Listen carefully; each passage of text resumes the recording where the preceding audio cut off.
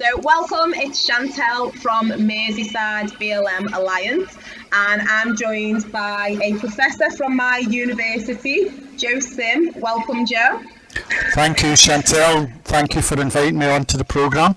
Oh no, I'm absolutely made up. For anyone who doesn't know, I do talk about Joe Sim quite a lot because he's been a guest lecturer at a few of my criminology lectures, and he's absolutely blown me away with his knowledge, with his passion, and with his expertise. So during this podcast, you are going to hear very little from me because you hear loads from me all the time, and I want you to hear from Professor Joe Sim because he's an absolute expert. He's an expert in prison abolition, and that's something which we discuss on our platform in terms of what are the experiences of Black people within the criminal justice system. So, Joe, I'm going to start by opening it up to you. In terms of prisons and the criminal justice system, do you think that Black people, Black women, Black people with disabilities, do you think that they have an experience of the criminal justice system and prisons which could be considered different to white and other people?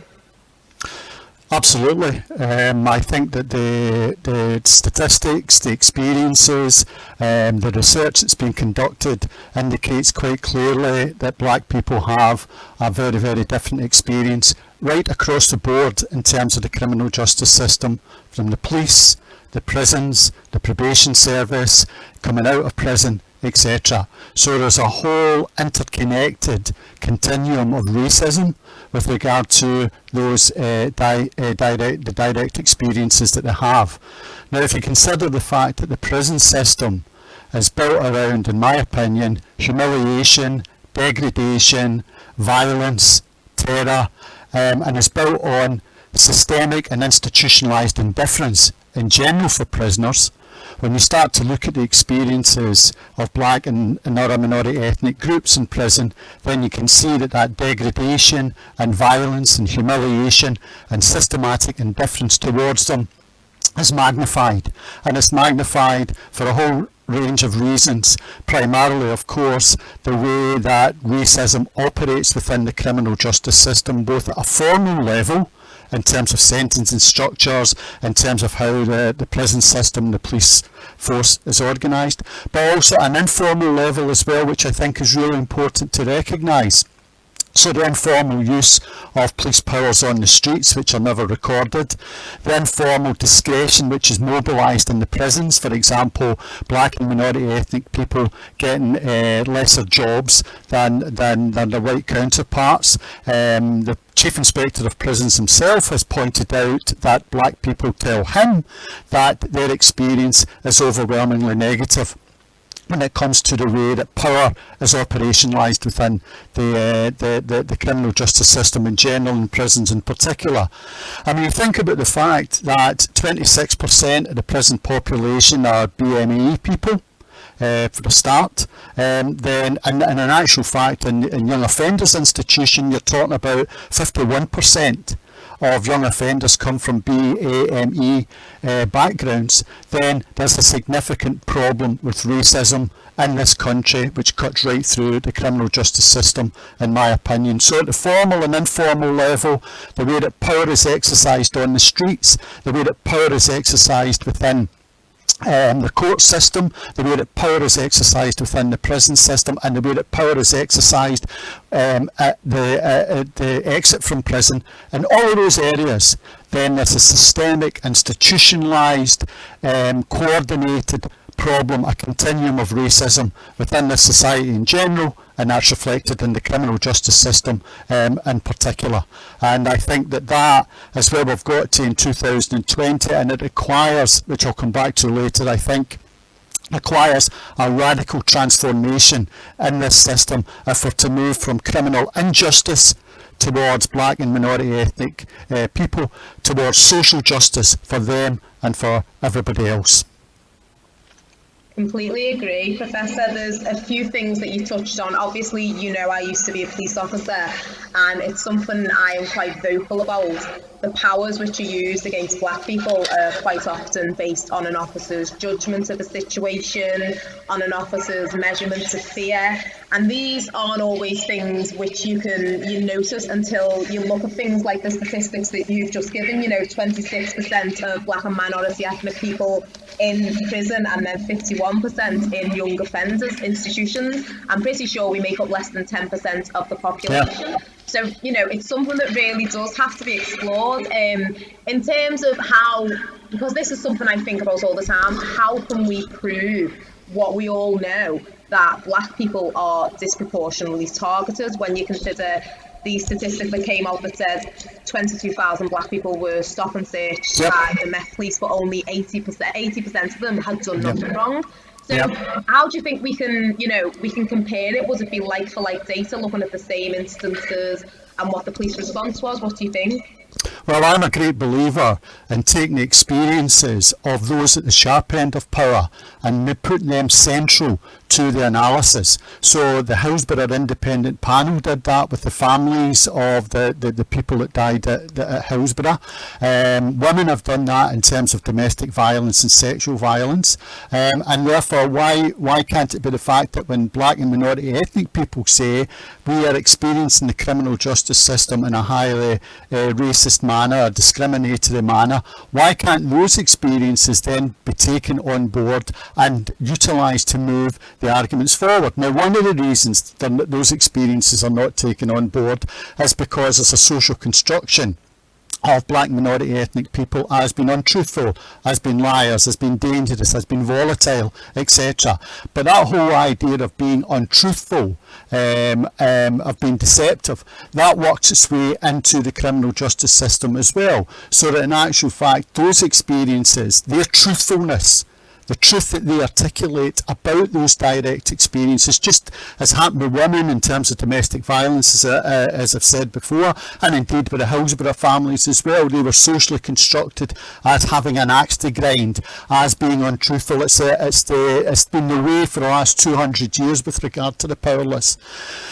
That those experiences have to be taken on board and actually set against the fact that actually they're constructed as being untruthful, but politicians are constructed as being truthful. Well, we know politicians don't lie, don't we? I'm being ironic there. So there's a whole issue there about using those direct experiences, cutting through the idea that black and minority ethnic people are by definition liars. They used to use that same argument with regard to women who experience sexual violence. Well, they're making it up, but in actual fact, the number of women who make up experience of sexual violence is 2%. It's exactly the same as burglary. So the idea that women and black people and the powerless are somehow liars within the criminal justice system is a complete and utter fallacy. And therefore, taking those experiences, treating them with respect, understanding them and recognising that there's a serious problem within this country and indeed worldwide with regard to how criminal injustice is delivered.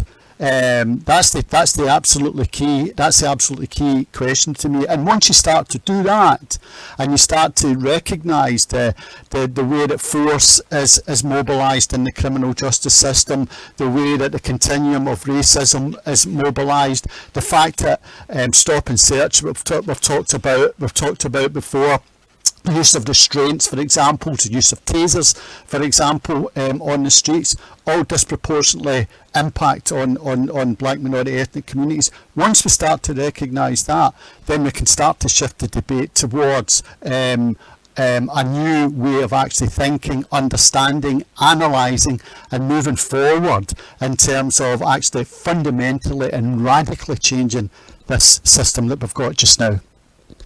Completely agree. Like the lived experiences and real life stories are so important, and obviously as a black person I can tell you from personal experiences, people just, and even me, I'm not anyone particularly special, but people will not believe you. But then if you look at someone in a high profile position like Dawn Butler, she's an MP, she's Yes. right up there, and she's saying it, and she's saying what we're all saying. This is disproportionate, it's profiling, you know, the buzzword's unconscious bias, but it's profiling what happens Yes. to us. So if someone as high up as Dawn Butler is calling it out, and still people are like, oh, you know, she must be lying. You've just said the statistics yourself for hate crimes and for assaults against people. It's quite low, the percentage of people who are lying. Yep. And in terms of the benefits, you know, everyone talks about this race card, and it's something that frustrates me, the idea that we've got a race card.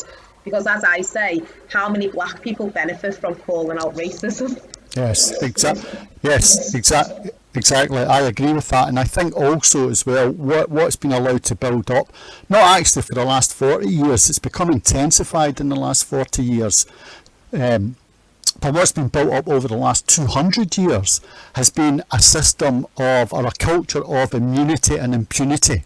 So the state has never been held to account for what has happened in its name.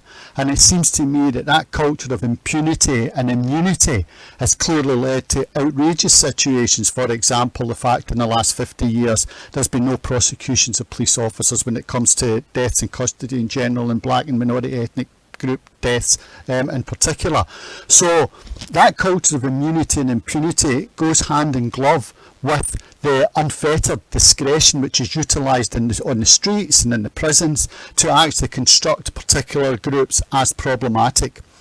And the criminal justice system over the last 200 years has been built on that idea of immunity and impunity, and has been concerned not really with the issue of crime, but it's been concerned with maintaining social order.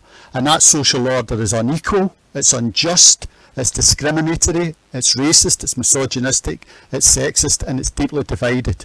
And therefore, that is the issue I think that needs to be focused on.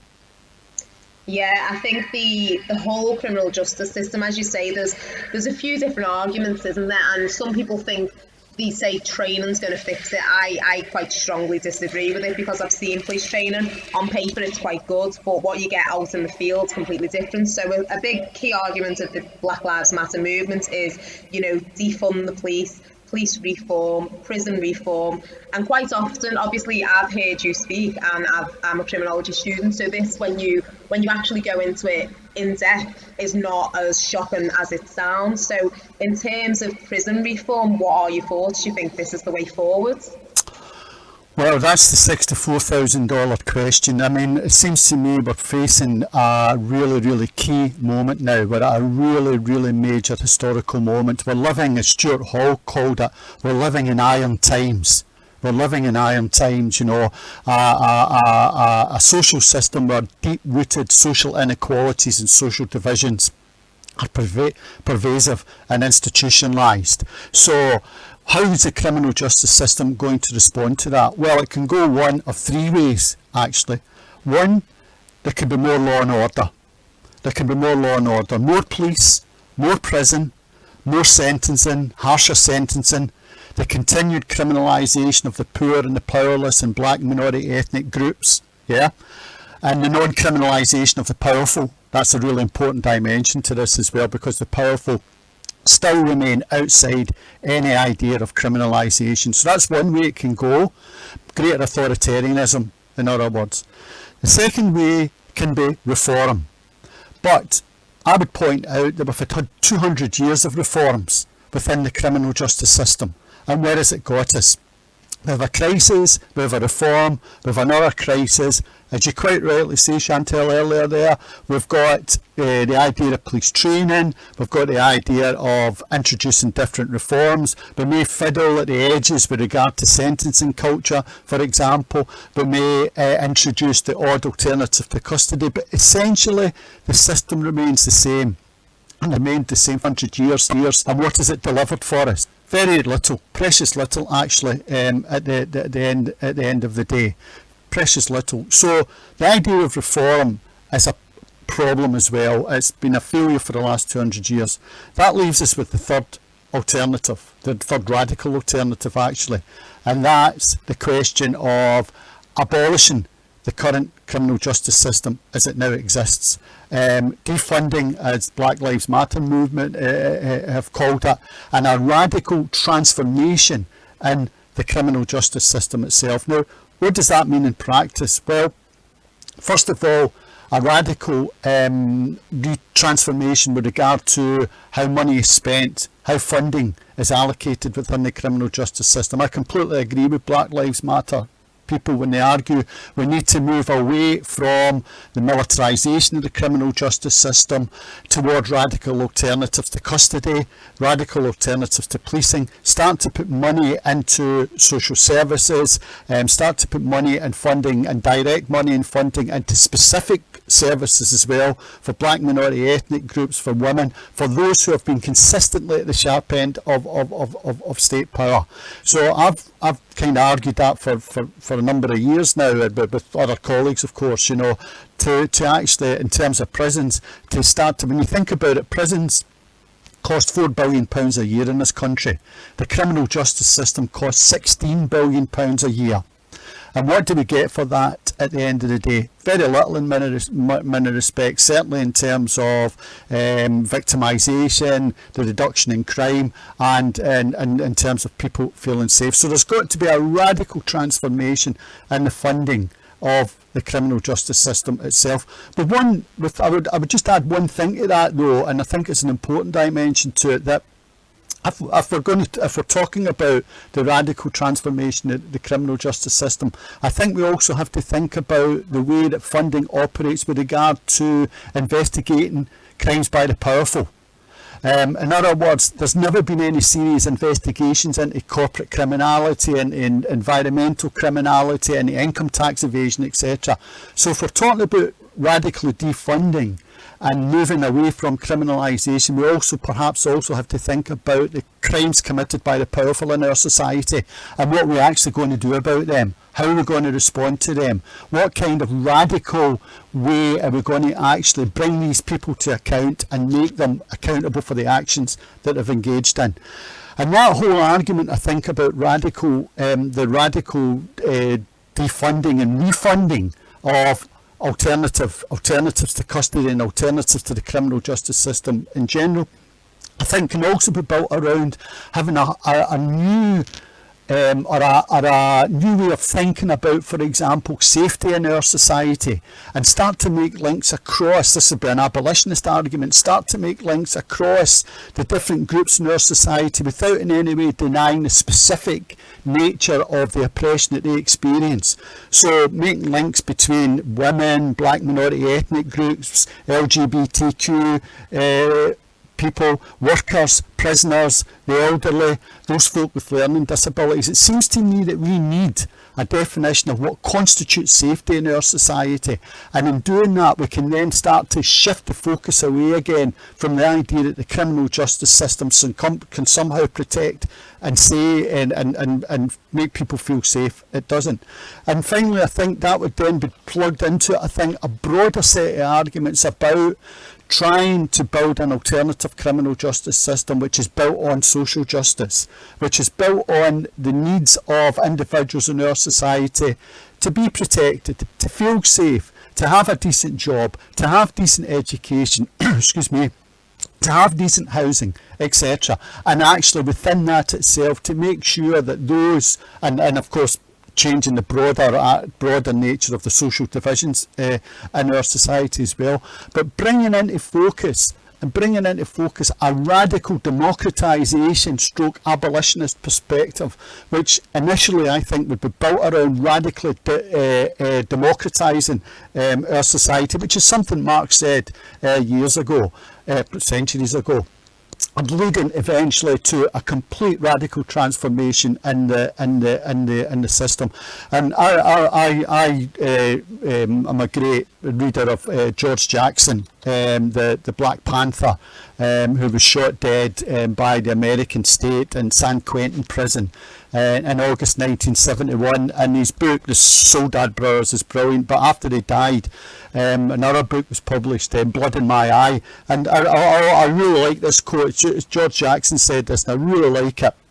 The ultimate expression of law is not order, it's prison. There are hundreds and hundreds of prisons and thousands of laws, yet there is no social order and no social peace. Now, that was published in 1972, and I think nearly 50 years on, there is no social order and no social peace. And the reason why we don't have that, or one of the reasons we don't have that, is because the criminal justice system itself contributes to the idea that there's no social order and no social peace.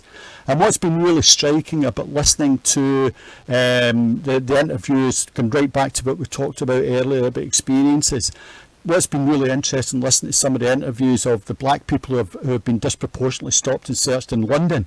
When they've been talking on television, they've talked about the fact that they don't feel safe. They don't feel safe from the police, and therefore we need a radical transformation where, as I said earlier, the ideas and discourses about safety go to the heart of a system which is built on social justice, built on respect, and built on democratic accountability, so that we actually do have, in George Jackson's words, some social order and some social peace for everybody. Definitely. It's that question of, who do you save, who do you protect? And again, the idea that we need to be understanding how marginalised groups feel in terms of fear. Are the police saving the needs? I went to an LGBT plus rally recently where he was saying, 8% of hate crimes result in a conviction. Yep. So that question comes up, well, who are the police saving? Because are they keeping the people who need to be kept safe, and are they listening to our stories?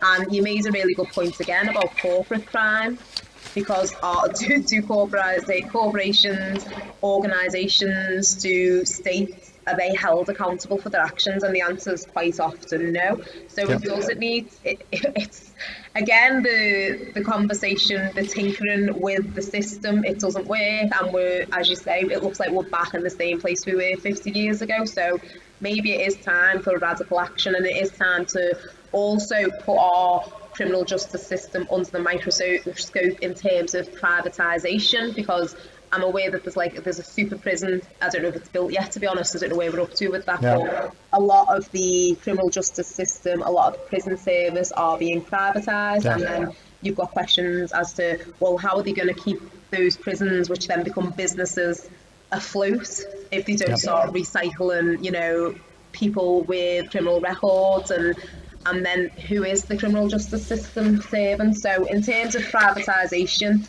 do you think we're going down the route of America, or do you think maybe it's not going to be that bad? No, I think there's an issue clearly with privatisation, in particular with regard to the criminal justice system, and indeed generally when you look at some of the contracts that have been handed out now with regard to the coronavirus epidemic. But in terms specifically with the criminal justice system, yes, the experience of America has been absolutely horrendous with regard to private interests in the criminal justice system there.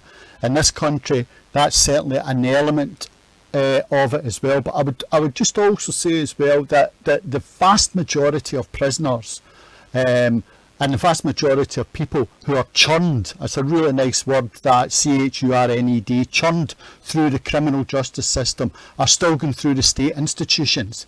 And I'm just slightly wary of the argument about privatisation, in the sense that those in power in our society could distract attention away from what is going on in the state-run institutions by saying, well, here we have the private system, here it's working.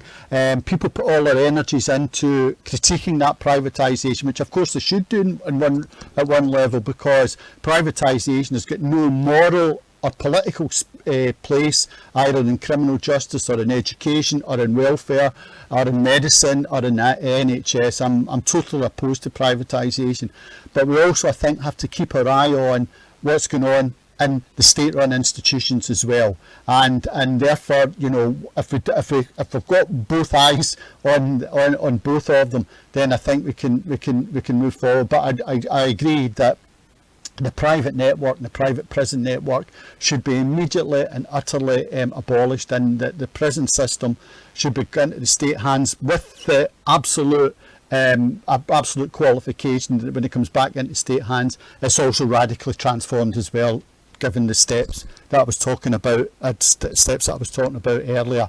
So it raises profound questions. I agree with that, as does the privatisation of the society more generally, in terms of these private companies who, in many respects, don't have any kind of accountability, as you were suggesting earlier, are not under any kind of democratic control, and are simply left to go on with their own devices, which is what, at the end of the day, profit maximisation at whatever cost.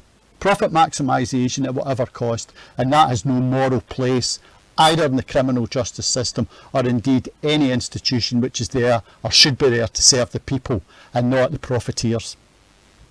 Agree, and as you say, you know, the police are a public body. They're not private, and look at all of the issues that we have just with them alone, and we do need to kind of keep an eye on both of those things. Last few questions. I'd love to keep it all day, but I know I won't. The last few questions, one of them was, in terms of the work, I know you do work with Inquest, and Yep. you haven't really spoken about that. Yep. Would you like to speak a little bit about your work with Inquest? Yes, thank you. I would love to. I mean, Inquest is the foremost charity in the country which deals with deaths in custody across the board. If you go onto the website inquest.org.uk, you'll find a whole range of reports on there, statistics about deaths in custody, police, prisons, detention centres, etc.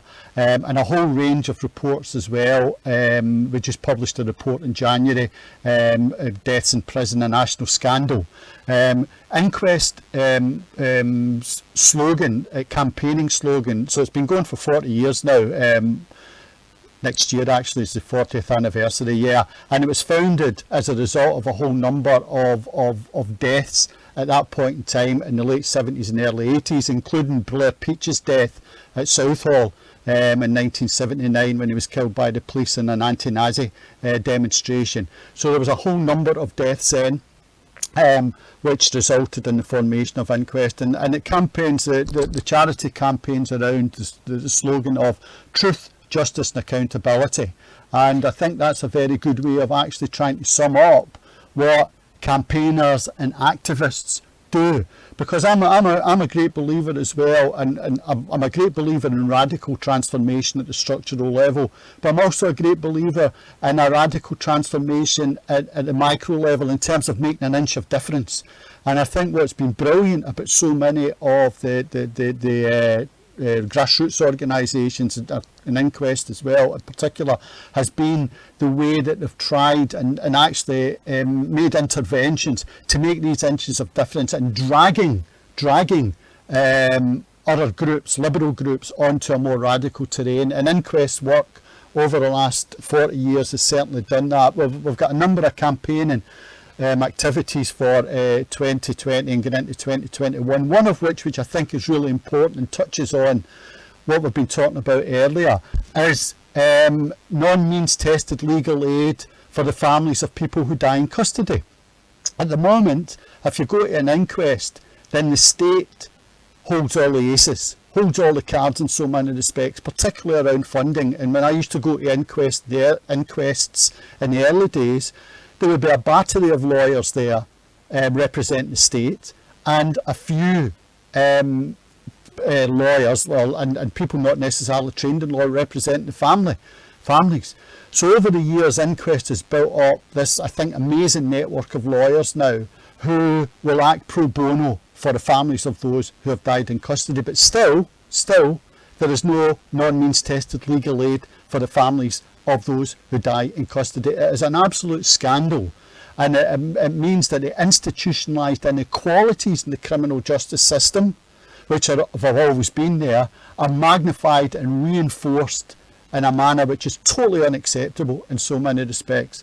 So Inquest has been campaigning around that area and a whole range of other areas in terms of radical transformation with regard to the coroner's courts, with regard to, as I say, legal aid for families, with regard to ensuring that families and the families' experiences, as I was saying earlier, are absolutely central to understanding what happens with regard to deaths in custody, right across the board, whether that's in terms of prisons or police. And as I say, if you go into the website, you'll see a whole range of statistics there with regard to deaths in custody, and with regard to deaths, for example, with regard to deaths in police custody, for example, and what I was just looking at, in terms of BAME deaths, 164 deaths between 1990 and 2020, and when you add in another 20 shootings, that's 184 deaths there just in police, just with regard to the police alone. So inquest has been absolutely central in terms of dragging the issue of deaths in custody onto a new terrain, ensuring that those who have died in the custody of the state, and indeed those who have died outside, for example, inquest represented some of the families at Hillsborough and are helping to coordinate the legal response for the families at Grenfell, to ensure that those families, there's a shift away from the vilification of those families, of the character assassination of those families, and the character assassination of people who die in custody as well. Well, they're drug addicts, they're drunkards, they're volatile because they're black, or whatever, that kind of racist discourse. And actually humanising these people who die, and actually shining the spotlight on the state itself. The lack of medical care, the lack of psychiatric care, the terrible conditions that people experience, the systemic indifference towards those supposedly in the custody and care, or in the care of the state. And the absolute crucial thing, the fact that recommendations made by official bodies, such as the Chief Inspector of Prisons, who's hardly a Marxist, by the way, recommendations by the Chief Inspector of Prisons are effectively ignored by the criminal justice system in general and by the prison system in particular. So here's an official body. Here is somebody who is supposedly trying to hold the prison system to account, and he makes recommendations after recommendations to ensure, or to try and ensure, that preventable deaths are preventable, and is ignored. The final thing I'd say is this, that what Inquest has also done, it's a campaigning, but it's also, as I say, challenging dominant ideas. And one of the final things that it's done is, I think, it's challenged the idea of the whole idea of natural deaths in prison, right? There's no such thing as a natural death in prison. If you, for example, feel as if you're going to be having a heart attack, let's just say, for example, and you ring your prison cell bell and it's ignored, and you ring it again and it's ignored, and you ring it for the 15th time and it's ignored, and you ring it for the 25th time and it's ignored, and you die of a heart attack, that's put down as a natural death. But it's clearly not a natural death. There's a context towards this. And one of the things the Chief Inspector of Prisons has pointed out, and as I say, he's not a kind of Marxist or a radical in that sense, but writes some very, very good reports. One of the things that he's pointed out is that cell bells are ignored consistently in prisons. So therefore there's a huge issue there. So Inquest is campaigning, challenging media interventions, setting up and establishing lawyers groups, and campaigning really at the end of the day on a social justice platform for truth, justice and accountability. Brilliant. As the work that you do with Inquest, and that Inquest does to support families, like you say, putting families first and humanising people who've died in custody, rather than letting them run off with that narrative that they often run off with, they were violent, they were drug users, and that's so important. And I think it's dead significant what you've said about the Chief Inspector of Prisons report, the fact that, this person is a real state person. He's been within that organisation for years, and he is saying things need to change. But I'm going to put some links for the Inquest website and for some Inquest resources when I post this podcast. Okay. But also in September, we're going to do 2 weeks of prisons and the criminal justice system. So I'll be emailing you again, Professor, okay, just to say hey and see if there's anything that we've missed out. But I want to say thank you so much for coming on and sharing your knowledge with us, because that's one of our key aims. Knowledge is power. Let's educate our members and understand that, you know, what we sometimes see in the newspapers isn't always a true reflection of how things are. As a final question, and we've probably already covered this a little bit, but I would just like to ask this. In terms of 2020, where we are now, do you think the criminal justice system is serving its purpose? As in, is it keeping people safe? Is it solving crimes? And is it preventing recidivism? Is the criminal justice service serving any kind of purpose, whether it be the police, whether it be prisons? Is there any, you know, is there anything where we can say, well, yes, they're doing a good job? I know how I feel, but I'd like to know how you feel, Professor. No, I mean, I think that, you know, can you hear me? Yeah, I can hear you clearly. Yeah. Okay. Yeah, I think that that no, it doesn't. It's not fulfilling even its stated aims. Its stated aims of, for example, offering protection. Its stated aims of solving conventional crime. Its stated aims in terms of prisons, of deterring individuals from crime. One can say right across the board that actually it's not in fulfilling those stated goals. What it is doing is fulfilling goals which it's been doing for the last 200 years, which is, for example, taking those on the economic and political margins of our society. And I'm not glamorising that, or I'm not glamorising anything, but taking those individuals who are on economic and political margins of our society and criminalising them and detaining them. It's the poor who go to prison, as the famous book in America said, the title of a famous book in America a few years ago, Jeffrey Ryman, the rich get richer and the poor get prison. And that's absolutely true. So it holds and detains those individuals and churns them through the system. What it also does is it distracts attention away from those who commit serious crimes in our society, meaning corporate criminals, those who engage in state crime, those who engage in state violence, etc. It distracts attention away from them and focuses on those on the economic and political margins of the society. What it also does as well is that it constructs an idea that those who are in prison are the dangerous individuals in our society, are the real criminals, and those outside are not. Now, of course, there are some conventionally dangerous individuals in prison, nobody's denying that, particularly actually those who are in for sexual violence and violence against women, which has gone through the roof in our society. So there's some conventionally dangerous individuals, but what prison does and what the criminal justice system does, it constructs an ideology which says those who are in prison are the real criminals in our society, and we on the outside are the clean individuals. We don't commit crimes, yeah? We never do. Now, so apart from kind of respectable professors of criminology like myself, perhaps it could be argued that maybe everybody in one form or another,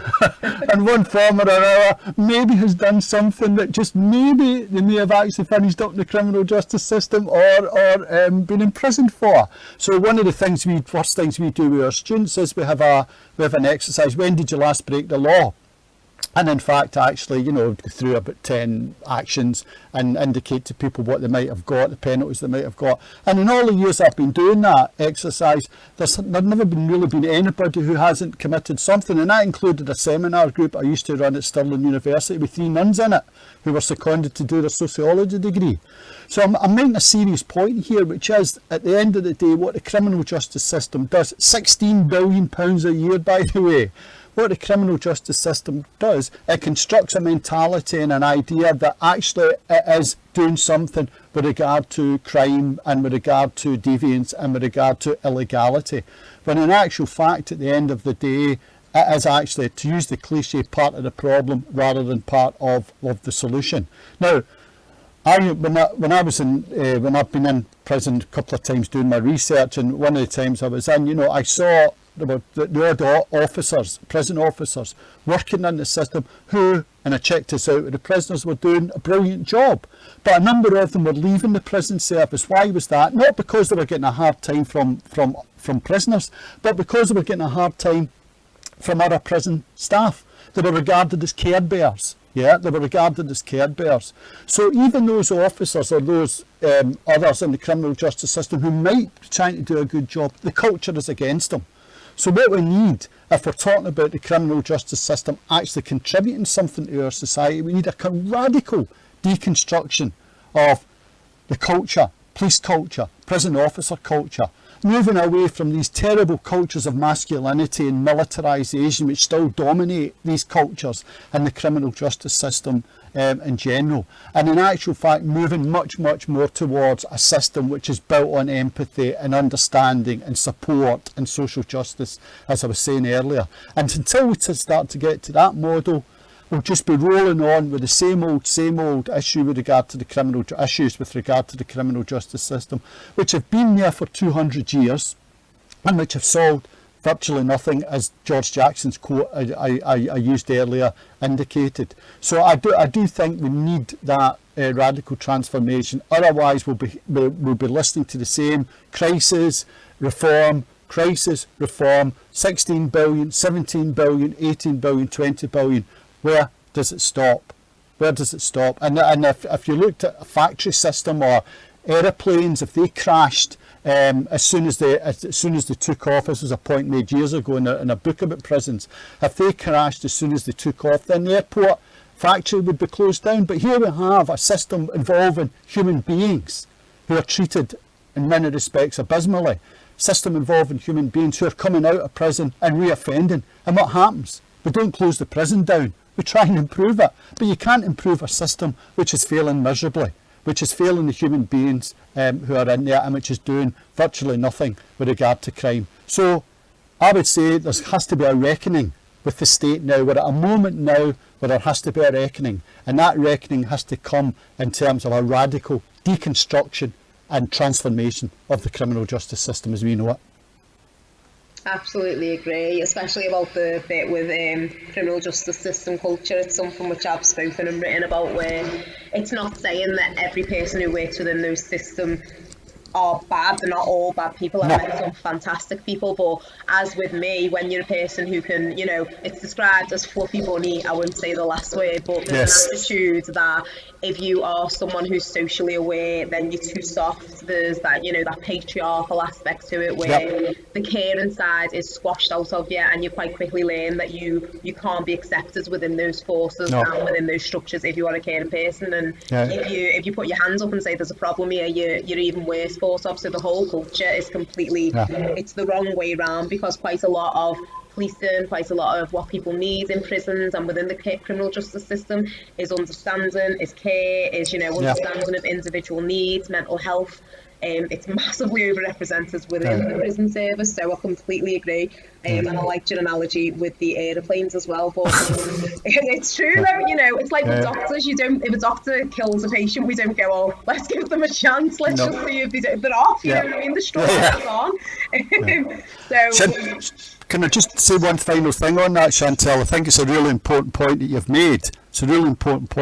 And it's this: next year, 2021, is the 40th anniversary of Brixton and Toxteth. In terms of what happened there, and why did those events occur at Brixton and Toxteth, which led Lord Scammon to write his report, etc.